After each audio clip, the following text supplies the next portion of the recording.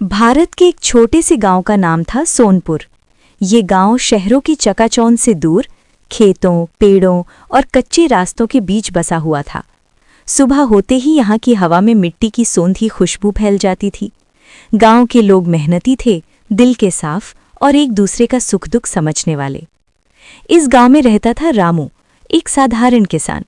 उसके पास ज्यादा जमीन नहीं थी, लेकिन जो थी उसे वो अपने बच्चे की तरह संभालता था।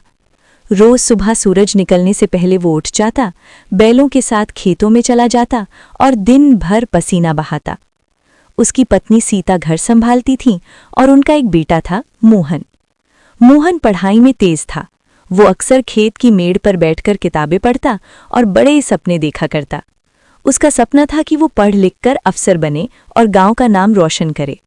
लेकिन गांव में अच्छी पढ़ाई की सुविधा नहीं थी। पास का स्कूल भी जर्जर हालत में था। एक दिन गांव में खबर आई कि शहर से एक सरकारी अधिकारी आने वाला है जो गांव का निरीक्षण करेगा। पूरे गांव में हलचल मच गई।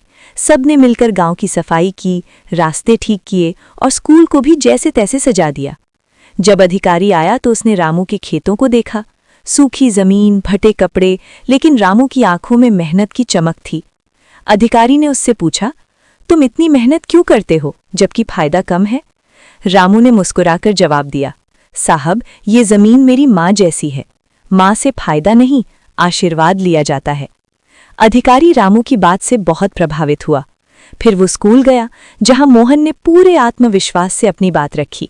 उसने बताया कि गांव के बच्चों में कितनी प्रतिभा है, बस उन्हें सही अवसर नहीं मिलते। कुछ हफ्तों बाद गांव में एक बड़ा बदलाव आया। सरकार ने गांव के स्कूल को नया भवन दिया, खेतों के लिए सिंचाई की व्यवस्था हुई और युवाओं को काम मिलने लगा।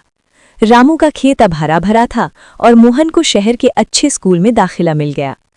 समय बीतता गया। कई साल बाद मोहन सच में एक अफसर बनकर उसी गांव में वापस आया। उसने सबसे पहले अपने पिता के खेत की मिट्टी को माथे से लगाया। मोहन ने गांव वालों से कहा, अगर मैंने कुछ सीखा है तो यहीं की मिट्टी से। गांव कभी पीछे नहीं होता, बस उसे सही रास्ता दिखाने की जरूरत होती है।